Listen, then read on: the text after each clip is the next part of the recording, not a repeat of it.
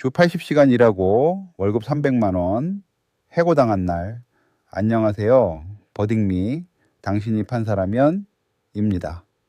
오늘 여러분께 들려드릴 이야기는 어쩌면 지금 이 순간 어딘가에서 벌어지고 있는 일일지도 모릅니다. 밤을 새워 코드를 짜고 주말에도 노트북을 붙들고 우리가 함께 만들어가는 거잖아 라는 말 한마디를 믿었던 한 청년의 이야기입니다. 그가 용기를 내어 이건 불법입니다 라고 말한 순간 회사는 그를 내쫓았습니다. 과연 법은 그의 손을 들어줬을까요? 아니면 스타트업은 원래 이런 거 아니야? 라는 말이 이겼을까요? 2020년 3월 29살 김현우는 경기도 성남시 판교에 있는 IT 스타트업 드림코드에 입사합니다. 연봉은 3,600만 원. 개발자로서는 솔직히 높은 금액이 아니었습니다. 그런데 42살 대표 박성민이 이런 말을 했거든요. 1년 안에 시리즈 A 투자를 받을 거야. 그때 스톡 옵션으로 제대로 보상할게. 시리즈 A 투자. 그러니까 스타트업이 본격적인 성장 자금을 외부 투자자로부터 받는 단계를 말하는 건데요. 현우는 그 약속을 믿었습니다. 20명도 차이 안 되는 작은 회사였지만 무언가를 함께 만들어 간다는 설렘이 있었으니까요. 그런데 현실은 완전히 달랐습니다. 출근은 오전 9시, 퇴근은 언제나 자정을 넘겼습니다. 주말에도 긴급 배포라는 이름으로 카카오톡이 울렸죠. 오늘 급한 버그 수정 가능해요? 형식은 부탁이었지만 거절하면 어떤 눈초리가 따라오는지 현우는 잘 알고 있었습니다. 매주 평균 80시간을 일했습니다. 법에서 정한 주 52, 시간을 매주 26시간에서 30시간씩 초과하는 숫자였습니다. 피곤했지만 참았습니다. 동료들도 똑같은 상황이었고 스타트업은 원래 이런 거 아니냐는 말이 사무실 전체를 덮고 있었으니까요. 2022년 11월 현우는 더 이상 버틸 수가 없었습니다. 3년간 쌓인 피로는 만성불면증과 위염으로 이어졌습니다. 그는 용기를 내어 박 대표에게 말했습니다. 주 52시간제를 지켜주십시오. 초과 근무 수당도 지급해 주셔야 합니다. 박 대표의 얼굴이 굳었습니다. 우리가 지금 그럴 여유가 있어 보여. 다들 회사 키우려고 희생하는데 너만 튀려고 하냐. 현우는 물러서지 않았습니다. 3년치 출입 기록, 업무용 메신저 로그, 새벽에 보낸 이메일들을 모두 정리했습니다. 2022년 12월 15일 그는 회사의 공식 서면으로 미지급 연장 근로수당 청구서를 제출합니다. 금액은 4,800만 원, 3년간 매주 28시간씩 초과 근무한 대가였습니다. 그리고 딱 일주일 후인 12월 22일 현우는 인사팀으로 호출됩니다. 김현우 과장 업무성과 미달과 팀워크 저해를 이유로 오늘부로 해고 통보합니다. 그가 3년간 주요 프로젝트를 이끌었던 사람이라는 게 믿어지십니까? 이게 보복 아닙니까? 그가 따지자 박 대표는 차갑게 말했습니다. 회사 입장일 뿐이야. 법적으로 문제없어. 자, 이 사건의 핵심은 바로 이겁니다. 크게 두 가지입니다. 첫 번째, 이 초과 근무가 회사가 강요한 것이냐, 아니면 근로자가 자발적으로 한 것이냐. 두 번째, 임금을 달라고 요구한 직후에 해고된 이 상황이 정당한 인사조치냐, 아니면 보복성 부당해고냐. 우리 일상으로 쉽게 말하자면 이렇습니다.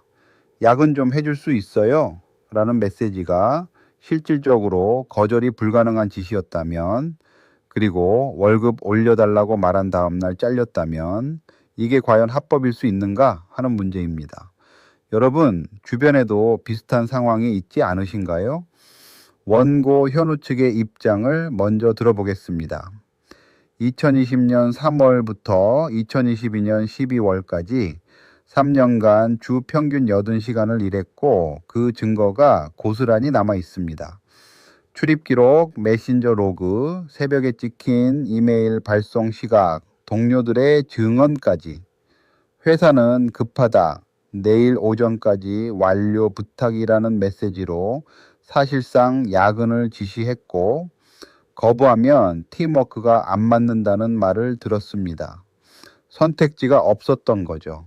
그리고 법이 보장한 권리를 요구한 지 딱 일주일 만에 해고됐습니다.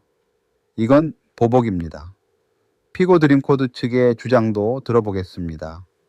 우리 회사는 자율근무제를 운영했습니다. 강요한 적 없고 스스로 늦게까지 일한 겁니다.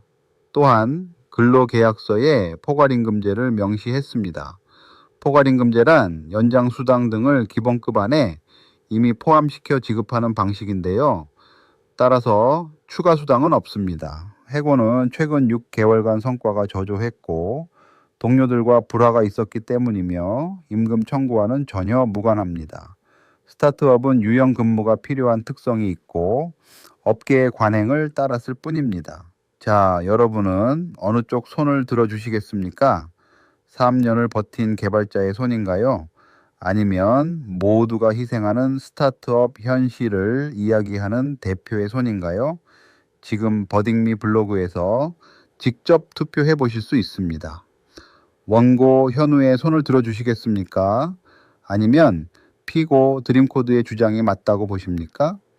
투표에 참여하신 후 판결을 확인하시면 더 생생하게 느껴지실 겁니다. 실제 판사는 어떤 결정을 내렸을지 지금부터 공개합니다. 심장이 좀 두근거리시나요?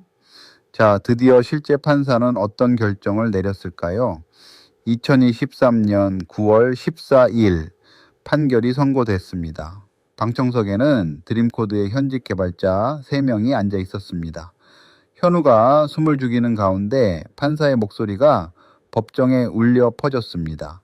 결론부터 말씀드리면 원고 승소입니다. 완전한 승리였습니다.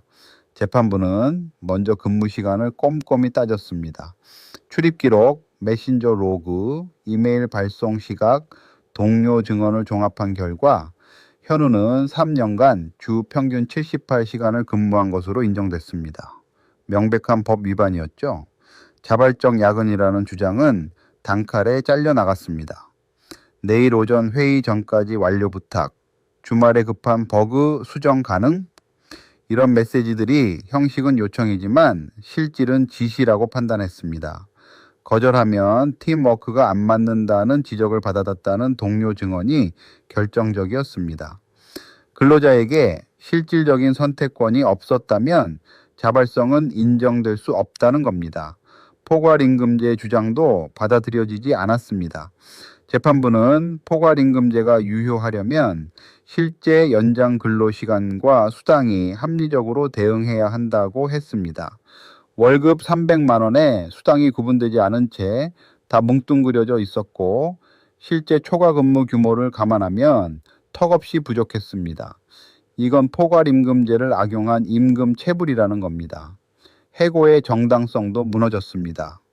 성과 부진을 해고 사유로 댔지만 회사는 구체적인 인사평가 기록을 단 한 장도 제출하지 못했습니다. 오히려 현우는 2022년 상반기에 우수사원 표창까지 받은 사람이었습니다. 임금 청구서 제출 7일 후에 해고됐다는 사실, 이 타이밍이 모든 것을 말해줬습니다. 재판부는 근로자가 법이 보장한 권리를 행사했다는 이유로 불이익을 주는 것은 중대한 위법 행위라고 명확히 선언했습니다. 최종 판결은 복직, 그리고 3년간 미지급 연장 근로수당 4,320만 원 지급이었습니다. 일부는 소멸시효, 그러니까 청구할 수 있는 기간이 지난 부분이 있어 처음 청구액 4,800만 원보다는 조금 줄었지만 실질적인 완전 승리였습니다. 이 판례가 우리에게 주는 교훈은 너무나 명확합니다. 첫째, 스타트업이니까, 업계 관행이니까 라는 말은 법 앞에서 아무런 방패가 되지 못합니다. 주 52시간제는 경영 상황과 상관없이 모든 회사에 적용되는 법입니다. 둘째, 야근의 증거를 남기세요. 출퇴근 기록, 업무 메신저 로그, 이메일 발송 시각, 이것들이 법정에서 결정적인 무기가 됩니다. 스크린샷을 찍어두는 습관, 지금 당장 시작하셔도 늦지 않습니다. 셋째, 포괄임금제 계약서에 서명하기 전에 반드시 확인하세요. 내 실제 초과 근무 시간에 비해 수당이 합리적으로 계산되어 있는지를요. 이름만 포괄임금제인 불법 계약은 법원에서 무효가 됩니다. 넷째, 권리를 주장했다는 이유로 해고되었다면 부당해고로 다툴 수 있습니다. 혼자 참지 마시고 고용노동부나 노무사에게 먼저 상담을 받아보시길 강력히 권합니다. 알아두시면 반드시 도움이 됩니다. 당신이라면 어떤 판결을 내리셨을까요? 현우의 3년이 헛되지 않아서 다행이라고 느끼시나요? 아니면 회사 입장도 이해가 된다고 느끼시나요? 여러분의 생각을 버딩미 블로그 댓글로 남겨주세요. 이 에피소드가 도움이 되셨다면 주변에 공유해 주시고 버딩미를 구독해 주시면 매주 우리 일상과 맞닿아 있는 판례들로 찾아뵙겠습니다. 다음 판례에서 만나요.